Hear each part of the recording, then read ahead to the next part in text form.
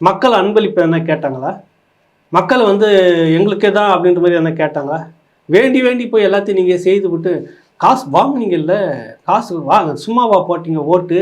என்ன திமிர்த்தனமான பேச்சு இது?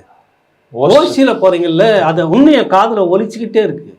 எந்த மக்கள் எல்லாமே சேரும் சகதியிலும் உழைச்சி அப்பாவை அன்றாட காட்சிகளாக அன்னிய வாழ்க்கையை ஓட்டுறதுக்கு மத்தியில் உனக்கு அதிகாரத்தை கொடுத்து எனக்கு நீ நல்லது செய்கிறதுக்கு தான் நான் உனக்கு அந்த அதிகாரம் சொல்லிட்டு வந்த மக்களை பார்த்து திமிர்த்தனமாக வந்து அவங்களுக்கு ரிசர்வேஷன் இருக்குது, அவங்களுக்கு உண்டான அதிகாரப்படி இந்திய அரசியல் சாசன சட்டத்தில் ஒதுக்கப்பட்ட இடஒதுக்கீடு ஆமாம் தாழ்த்தப்பட்டவர் தானே பாருங்க, நாங்கள் எங்கே எஸ்சி தானே, நீங்கள் என்ன வார்த்தை இதெல்லாம் திமிர் இல்லை உங்களுக்கு?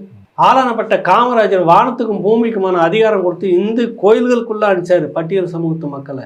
நீங்கள் எஸ்சி தானே அப்படின்னு எங்கேயுமே சொல்லி காட்டுதில்ல. நாலாந்தர புத்தியை வச்சுக்கிட்டு நீங்கள் வந்து வேற வரிசையாக சொல்லிக்கிறீங்க.